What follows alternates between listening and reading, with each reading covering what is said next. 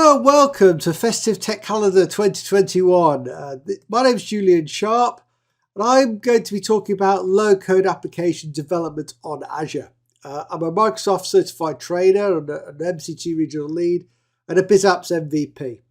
And I've been involved in Dynamics 365 since it first came out. I've been very heavily involved with the Power Platform, but I've also been a massive user of Azure.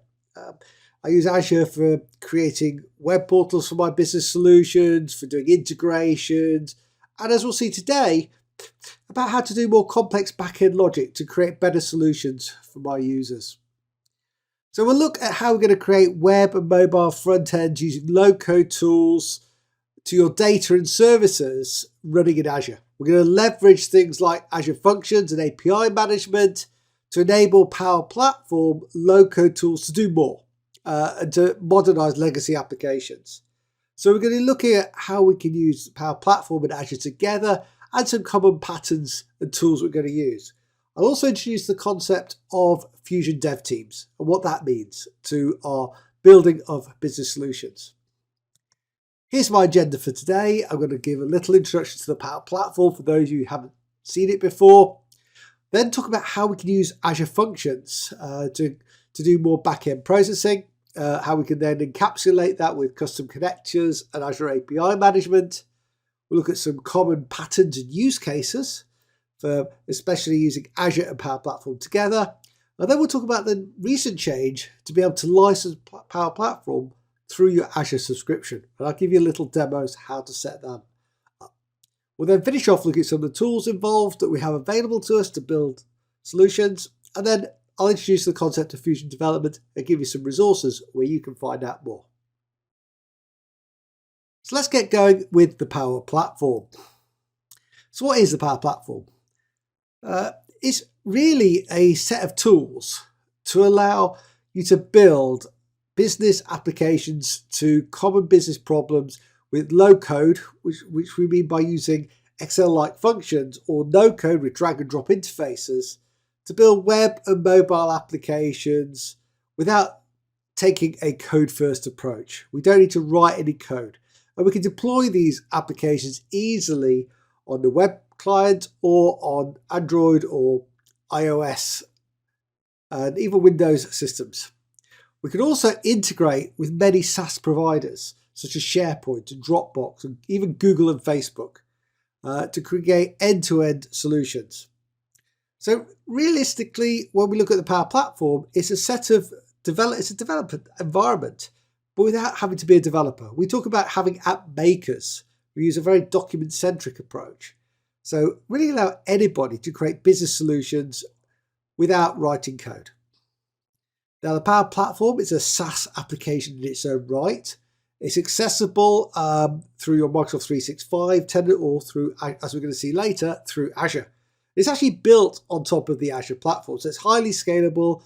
It works across all the Azure regions, so we can use it wherever we are. And what's more importantly, actually, when you come to implementing the Power Platform, it's all managed through Azure AD. So we actually leverage a lot of the power of Azure and Azure Active Directory to control access of data, make sure everything's secure. And we have a whole governance management of our system, which makes it a very powerful and easy system to build and deploy applications securely. So what makes up the Power Platform? Well, there's a number of different tools, all come from a number of different places within Microsoft. But what we have now are 4 parts of the Power Platform.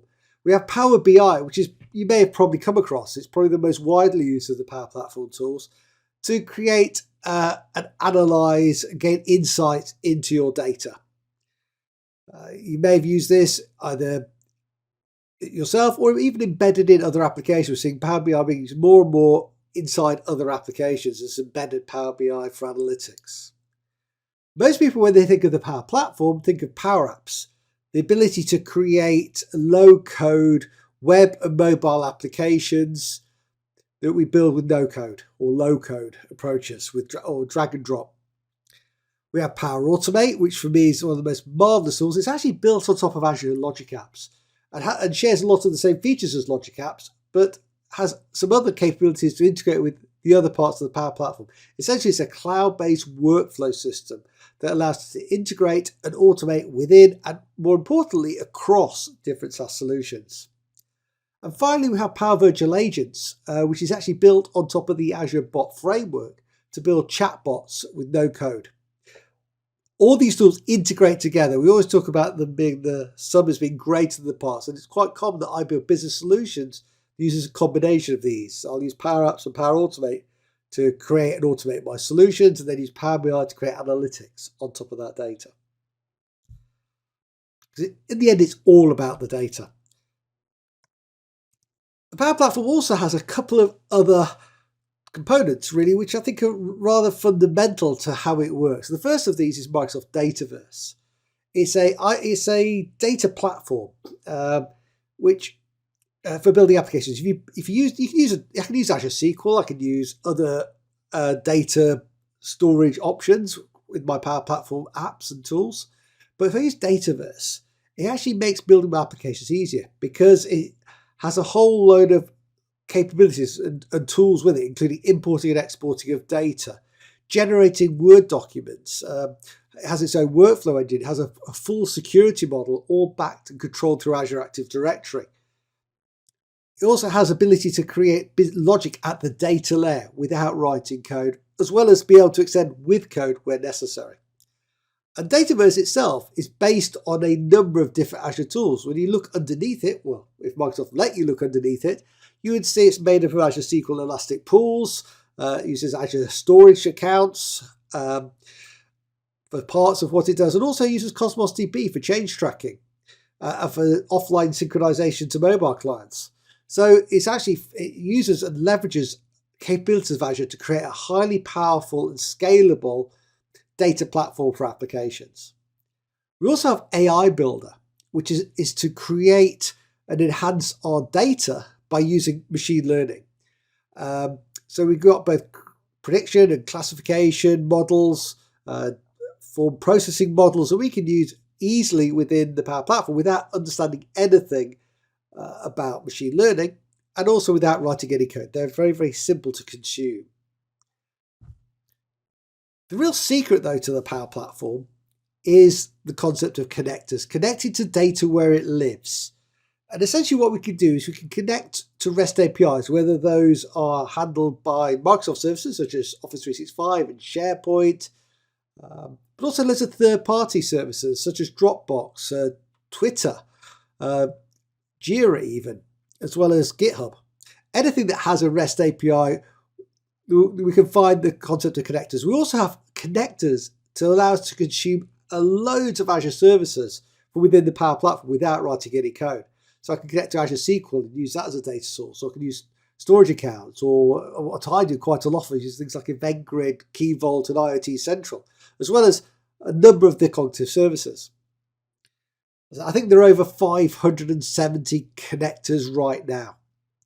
And where there isn't a connector, if there's a REST API available, we can create a custom connector. That's really what we're going to focus on for the rest of this talk. How do I connect to APIs and then make it easy to consume those APIs without writing any code in my Power Platform, in my Power Automate, in my Power App, web and mobile applications? And one of the first ways we were able to do this, and I did lots of this very early on when we had the Power Platform, is to use Azure Functions. I love Azure Functions. The way I can go create little pieces of serverless code that I can trigger, typically set them with an HTTP trigger, and then call them. Now, Microsoft extended the Power Platform to use concept of custom connectors. And the custom connector, all it is just a wrapper for an API. It effectively creates a little file when I create a custom connector that describes the API that I'm calling in a way that my Power Apps and Power Automate can understand. And what we've got is a number of different ways of creating custom connectors, but they're not right. When I say custom connectors, I'm not writing code. I'm just creating a little JSON. It's a Swagger file that describes that API. So whenever I want to do anything slightly complex or require access to data that outside in maybe a non-standard way, I mean, yes, I can go access Azure storage accounts easily using the Azure Storage Connector, but maybe I want to do something slightly different. I create an Azure function. So we create an Azure Function app, we then create an Azure Function, then we can wrap it in a custom connector. And then we control access to that function through Azure AD. We set up an Azure AD application to secure access to that application. This is a very common pattern that I would use to basically create black box bits of logic, probably some quite complex logic, accessing maybe multiple different data sources to provide different calculations that my Power Apps could my app makers who are developers could easily just hook into. And these custom connectors look like any of the other 570 connectors to my apps and my flows. They just expose the actions that I can perform. They say what properties or what parameters can I pass to this function, and what results does it return me back. And my apps can understand that natively without me having to write code. So often if I want to do this, the classic thing we do is build an Azure function, which maybe talks, in this example I've got here, talking to Azure Storage account to maybe read and write data. And then I just register a custom connector in my Power Platform. And as I say, I'm not writing any code when I'm doing that. I'm just going to wrap it. And Microsoft actually made it easy. You could actually create a custom connector from within my function app. It was a little bit tricky, but what Microsoft has done since is to make it a lot easier for me to do this. And that is to use Azure API management. So if we go and create our APIs, and I do this now, I have a whole series of Azure functions. I essentially publish those or encapsulate those functions with APIs in API management. And then there is a very simple way from within Azure API Management. You can see from the screenshot here, I click on Power Platform and say, okay, what API do I want to expose and where do I want to expose it to in my Power Platform environments? And what that means is it's just a one click for my Azure developer to go and create that custom connector. I'm not having to switch into the Power Platform and then go create the custom connector from there, which is the old way I used to do it with when I was doing it with Azure Functions. And now I've got this ability to just create my Azure API Manager and then just expose that to my Power Platform with as fewer clicks as possible. So effectively, we're publishing our APIs as backends into my Power Platform as custom connectors. So then they can just be consumed by my app makers, my citizen developers. Let's have a look at some use cases for this now, where I might have done this. So I often get the scenario where, the Power Platform's great and I can do logic and calculations, but sometimes I need to go off to different places and I may want to create reusable logic. And that's one of the things I like about Azure Functions. I'm creating reusable logic and call from multiple places. So I don't have to recreate that logic for different scenarios. So what I like to do is put everything in an Azure function or expose it through an Azure function. And there's often scenarios where you're building applications and you don't want to have to recreate the logic or have somebody recreate logic. I'll give you a really good example of one that I might use. Maybe I want to go and book a training course. If I was to look at the logic for doing that, I'd have to go, okay, do some queries on my data source. Okay, is there an event available? Is that event, is it active or not? Are there any spare spaces? So I have to do a whole series of transactions to discover that. Then I'm going to have to, make a booking on that. And so there's about 6 or 7 different steps potentially in making a booking somebody onto a training course. Maybe I'm running an internal training course. I need to manage that. And I really don't want my app makers. It's quite common you get app makers, especially people, they don't, when they're building applications, they don't always think of, is it already booked up? Are there any spare spaces? They just try and make the booking. So what I want to do is I don't want my app makers having to recreate that logic, or maybe each time do it slightly differently. We end up with different issues. And maybe what if I change the price? I've got to go and change it in multiple places. So what I do is I create a function out which says book a course. And all it does is say it does those validation checks for me. It returns true or false, whether they've booked it or not. And that's what I mean by encapsulating complex logic in one place that I can call from multiple places. So I can do this. I can then call it from my apps, from my flows, or maybe from my web portal, or maybe use it internally through other applications. And it's a very common approach that I take. So here's my app, and it just uses a custom connector. And that custom connector can run a logic app. And that logic app can go off and call Azure function or call external processes and then return my data back to my app with a consistent way.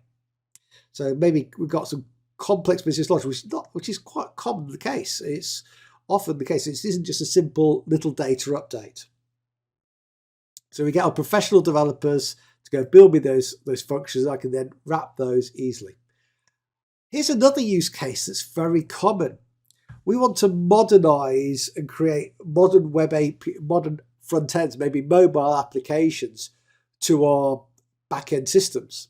And this is something I've done a fair bit of, where I've had a legacy application that we couldn't really replace that application because it would have taken us too long, but we wanted a mobile front end to it.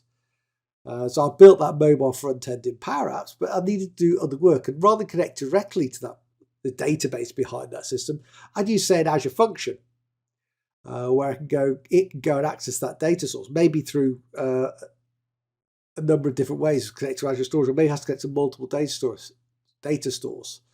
And I can use the capabilities of the Power Platform to call the Azure function to get that data. And I'll have functions that read and write that data. So it enables me to build very modern front ends quickly onto my legacy applications or legacy data stores. And when we start getting more complex, as I've said now, here this is the approach I take now. I'm using these custom connectors to connect, but I'm going through, rather than going direct to Azure Functions, I'm connecting to Azure API Management. And that allows me a much simpler way to connect my apps to my legacy data stores, legacy services. So my applications, they just use the connector. It appears like any other connector.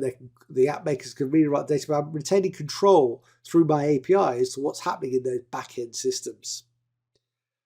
And this is a very good way of controlling access through Azure API Management. And when you start getting more and more processes, we get into more complex scenarios where we can start leveraging some of the other power of Azure. For instance, I've got a number of different interfaces into my application. I need to create analytics on my data. Here's an example. Okay, now I've actually getting called into the Graph API using a custom connector or an HTTP connection into doing applications or more complex to portals that automate processes and surface rich user experience to my users. Because for me, it's all about the user experience. And then we get to this sort of scenario where we're looking maybe a line of business application to an ERP system. It's got its own SQL database, but I want to maybe expose that data to using a more friendly way. And I've done this also with Azure IoT. I've created an Azure IoT layer, controlling and giving my frontline workers access to IoT telemetry and be able to take actions on the IoT Hub managed devices through my apps, and then also doing telemetry and capturing the real-time data streams in Power BI, collecting data from multiple different data sources, maybe using machine learning in there as well, which is quite a common thing. I call my Azure functions to do so. So we can create and modernize a line of business applications. So there are a large number of use cases that we have by enabling Azure to do more complex logic that we can't really do in the Power Platform. And this is where I've been working for a number of years. And Microsoft suddenly come to realize this is a great way of doing it, and they've made it easier for us to do in the Power Platform and help Azure solutions or services work better with the Power Platform and vice versa. And that's great. And that's really the fundamental part of it, that I can use and create solutions that leverage the capability of Azure without getting too messy and complicated and creating really poorly spaghetti-like no-code functions in my Power Platform. I like to keep my Power Platform apps and flows as simple as possible, and any complex logic I want to put in Azure where I can control it and maybe reuse it. For me, reusability is a really strong feature of this approach. Microsoft has had a major change in the way that they license the Power Platform. Normally for the Power Apps and Power Automate, I license it through my Microsoft 365. where I can go purchase, we assign the licenses to users, and we get access to the ability to create apps and run apps. And that's great, but we're assigning those apps to named users. And that become a bit difficult, where we've got a lot of cases where we want to put our apps to every user, but every user won't necessarily use those apps all the time. So what they come up with is a pay-as-you-go licensing through Azure. So this is a new way of licensing our Power Apps. So this is Power Apps only right now. Power Automate is going to follow later on. So this is a way of paying for our users. So rather than saying, okay, you need to run an app, I need to give you an app license, what we're going to do is we're going to effectively monitor what apps you use, and then we pay for those, that effectively pay-as-you-go license usage through your Azure subscription, which for a lot of organizations makes life a lot easier. It reduces the amount of administration, because I'm not having to manually add and remove applications, then monitor who's using which apps. I can effectively pay a lot less for what's actually being used, rather than planning ahead. Okay, you might use this app, therefore I've got to give you an app license. Then you suddenly stop using the app, but I'm still paying the license for you, which is the old model. And we can actually mix and match these approaches. What we can have is have some users that are licensed on the per app basis through Microsoft 365, and then other users who access the apps outside of a license essentially pay on a consumption model. So there's some use cases for this. The first one is those apps that you may let everybody use. I can make an app and expose it. And the way we actually expose an app is actually through Azure AD. We share an app with a security group, an Azure AD security group, and anybody who's a member of that group can run the app. And again, I can either assign you a particular license so you can run that app, or we can follow this approach and we can mix and match it. So we say, okay, most of these users are going to be using the apps all the time, but you may have occasional users who only maybe use them once or twice a year. And what that'll do is we'll only pay for the month they use them. So it's on a monthly basis, just like the rest of your Azure subscription. What's your monthly consumption? And as it's got a large user base with infrequent or unpredictable usage, it's a much more cost-effective way, both from an administration effort and licensing cost, to do that. You also may have some sort of patterns of usage where you get license only being used maybe a certain periods of the time. So you may get a lot of usage at certain periods of the year. And therefore we can say, okay, I don't want to bother managing the license. They'll just use them for that short peak, then finish. Think about maybe creating an app to handle your annual budgeting process. You may have lots of people putting into the budget, but for the rest of the year, they're not really looking at that app. And it's going to it might make much more financial sense for you to pay for the licenses this way. It gives you a lot more flexibility. And for me, actually, when you look at the cost of the license, it isn't really the cost of the license cost so much normally. It's the cost of managing that license, the procurement overhead, tracking who's got what license and when they're using it. We've got tools for that. But you're paying somebody to manage those tools. Here we're just going to say, okay, let's just monitor its usage. Let's pay for what we use. And what you actually get is you get a whole series of meters, just like with everything else with Azure. Whenever you set up an Azure resource, you get meters that monitor how much you use, and therefore that's how you pay. So we've actually got a number of different meters. We've got the per app meter, which is essentially what I've been describing already, which says, okay, if you used an app in this month, you pay for that right to use that app. But there's also Dataverse. So if we're using Dataverse as our data storage, we have a certain amount of storage included. And normally, even under the where you pay on the per user basis, we also pay additionally for any data storage over and above what we get. We get an allowance for storage based on the number of licenses you have assigned or purchased. So if we're not purchasing license, we need another way of paying for that Dataverse storage. And that's what the Dataverse overage meter is. It monitors how much data storage you've used over your allowance. And there's a separate allowance if we use this pay-as-you-go consumption model. And then there's also on a request model. Microsoft likes, because it's a SaaS solution, you can abuse it. And Microsoft has what they call service protection limits and API limits. So over a certain period, you've got so many API calls to the platform. So you get, and that's, to be honest, that's a very wide, you actually get a lot of API allows. It's very rare that in your normal everyday use of Act you'll hit those limits, but if you do, you pay extra, and that's what the platform request overage meter is, and it's like in the cents per thousand request type amount. You will not normally spend on that. So this is how it works. This is the model. I say right now it's only for Power Apps. It's not for Power BI or Power Automate yet. It is purely for Power Apps. And it makes a very effective way, as I say, for many scenarios for paying for your licensing. So how does it work? Well, to get this, it's actually in preview right now. It hasn't actually been formally released. To actually go and set up that I want to pay for my Power App licenses through my Azure subscription, I actually have to go into the Power Platform Admin Center.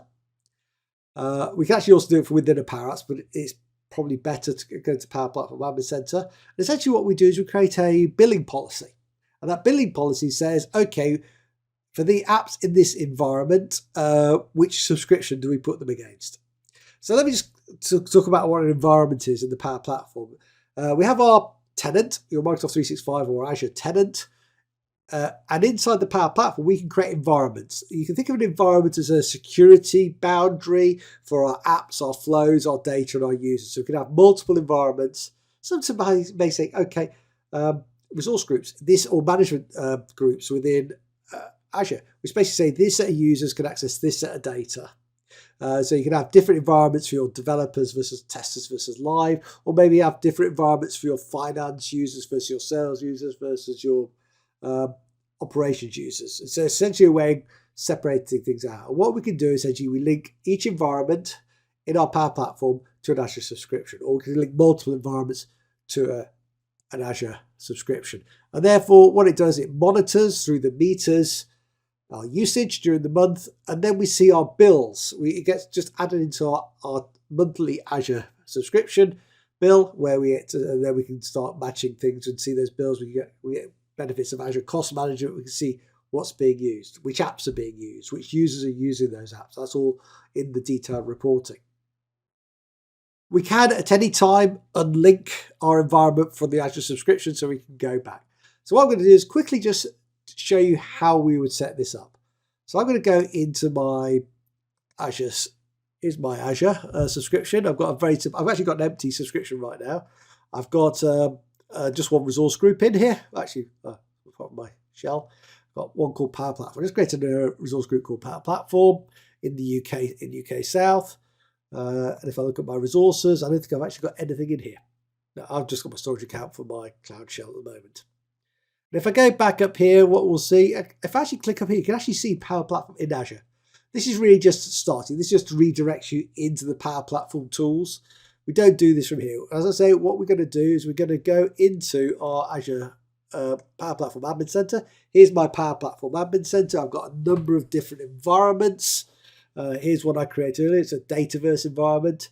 Hasn't got any app. It's just an empty one at the moment. And if I want to go and say I want to pay for my users' apps through here, rather than going inside license, what I'm going to go is go to policies, and I'm going to see that we've got this new thing called billing policies. So I'm going to go into here, go to billing policies, and I'm going to create a new billing policy. So I do this, I'm going to give it a name. So I'm going to call it Festive Tech. Give it a name, hit next. Here's where I select my subscription. So I'm going to pick it's my Microsoft Partner Network subscription. Here's my resource group. And which region is going to be in. We're going to be in UK South or United Kingdom. These are effectively the Power Platform enabled regions within the Azure regions. There are more being added all the time. We'll see. So Norway should be on there soon. We'll see others. So I'll select my Azure subscription. Then I just switch environments. I'm going to pick this environment. I'm going to say, okay, I could pick both environments, but this one's a Dynamics environment, so I don't need it. Click on Next. Okay. And the selected environments will be added. So here I'm creating my policy. Okay. I'm going to create my billing policy. And that's going to essentially link my environments to my Azure portal. And now usage of apps within that environment, because I say my environment is a container for my apps, my flows, my data, and my users. Any users using the apps in that environment who do not have their own assigned Power Apps license will now get billed on a monthly basis in my Azure subscription. So this makes it a lot easier to manage my licenses, as we've talked about, and that's been set there. That's there. And I've got some other capabilities to download and monitor this. But in reality, from now on, I'll be monitoring this inside in my cost management. I'll be monitoring the usage in Azure. So we then get all the other things. We've got the access to Azure Monitor and Azure other services here. We want to track the spend in one place rather than having to go to somewhere else. So how much does it cost? Well, normally if I want to buy Power App licenses, there's two ways of buying them. It's either on a per app plan, so it's $5 per app per month, or you can do it on a per user plan, which is $20 per user per month for an unlimited number of apps. And if we use those subscription plans, we have to assign the license individually to users. And there are some other things. We've got the concept of pooled licenses, but that's more for external users.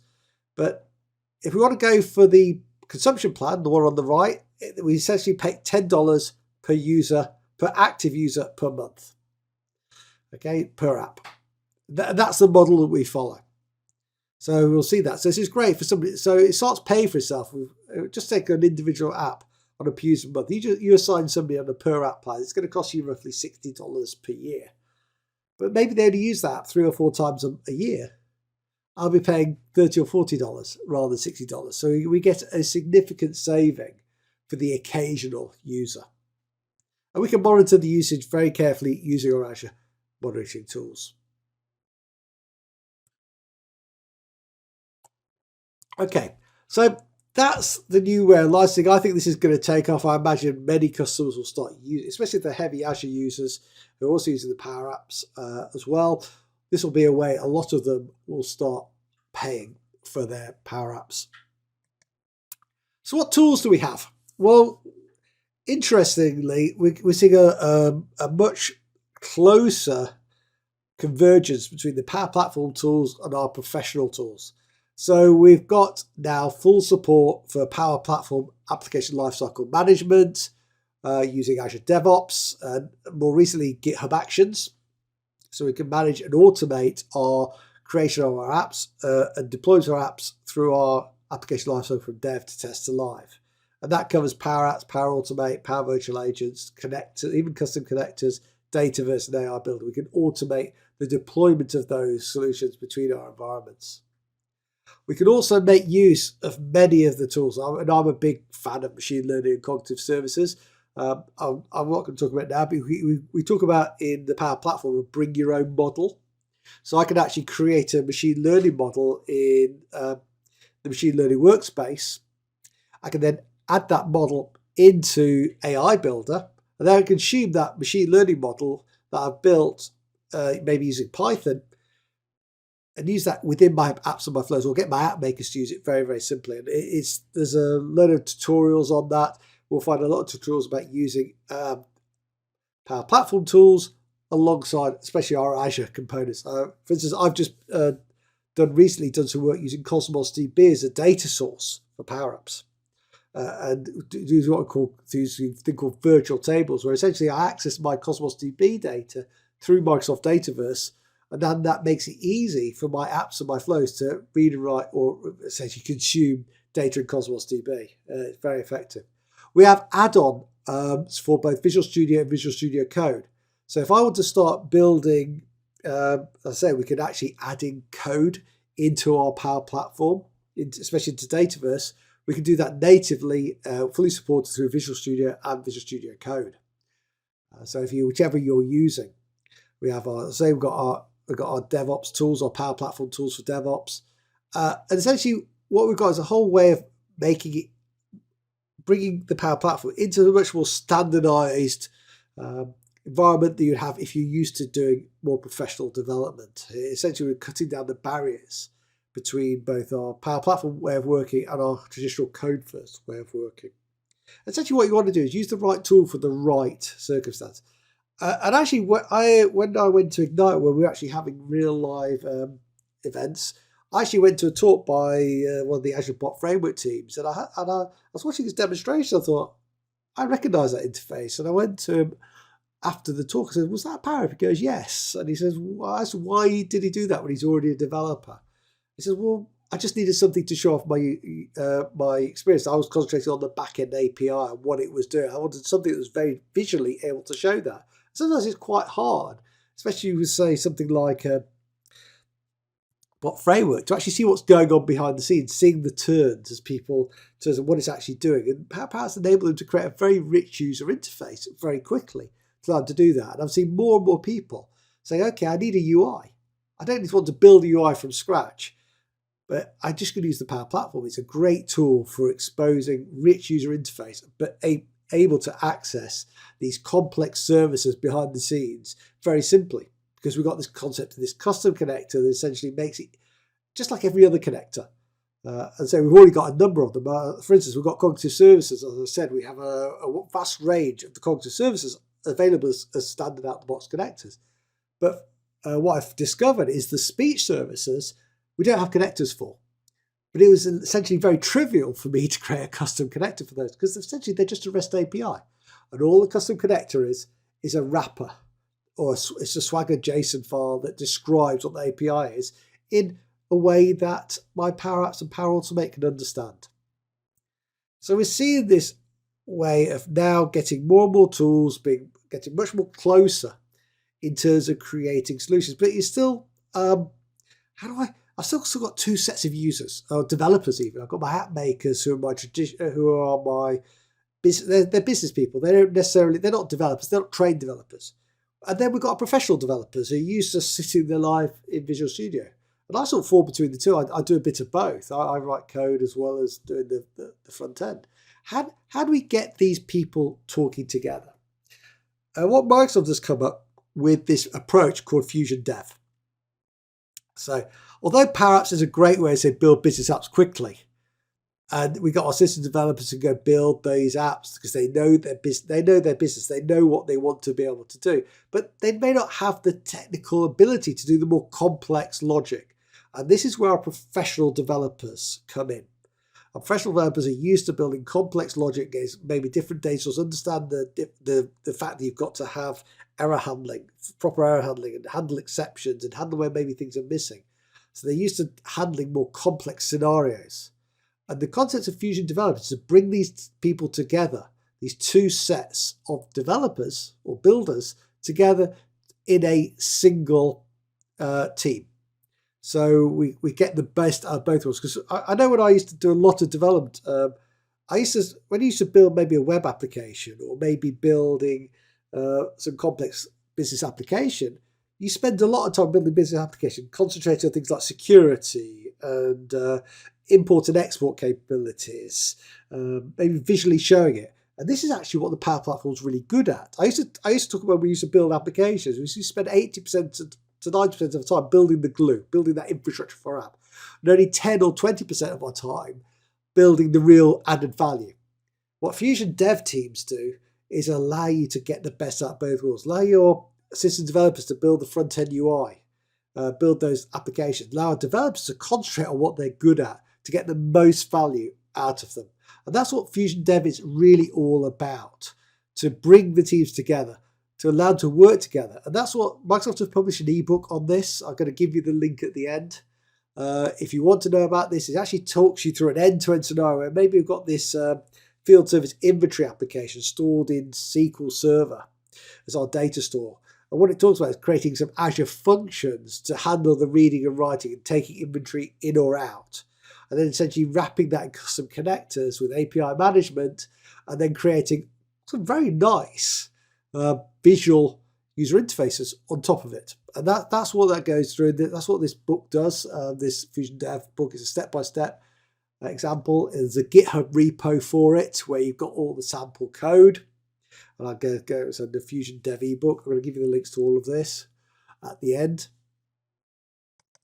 And here's just a little visual influence. I love this little diagram. It just describes what Fusion Dev is in terms of what the team is. So it talks about actually creating a team of people from full stack developers to inventory managers to IT admins to create and understand how can I, and we're trying to get a scenario, how do I automate this process? How do I modernize this application and make it better?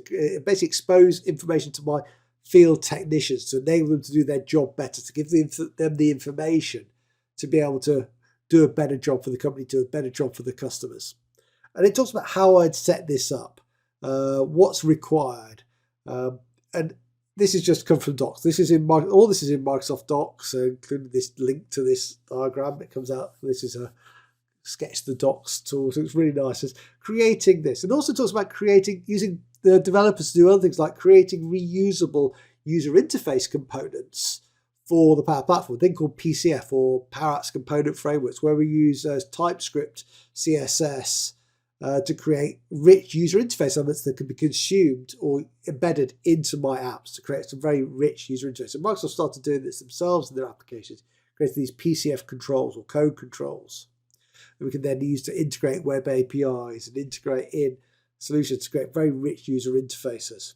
And then it goes on to go further on to this, basically creating APIs, publishing, as described, publishing our APIs through API management, then building custom connectors for those, and then effectively the same custom connectors are wrappers for our web APIs, and then consuming those custom connectors inside my apps and my flows.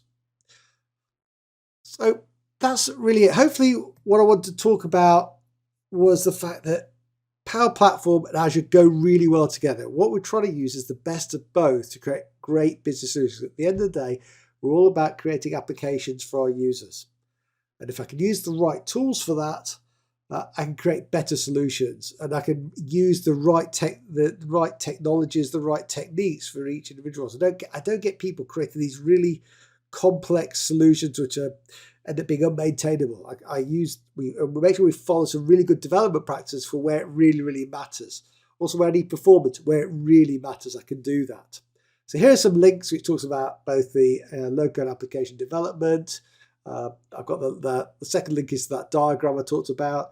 I've got some links on the Fusion Dev approach. And then finally, I've got a couple of links on those licensing now within Azure. For me, this was the final bit of the puzzle, the ability to license through Azure.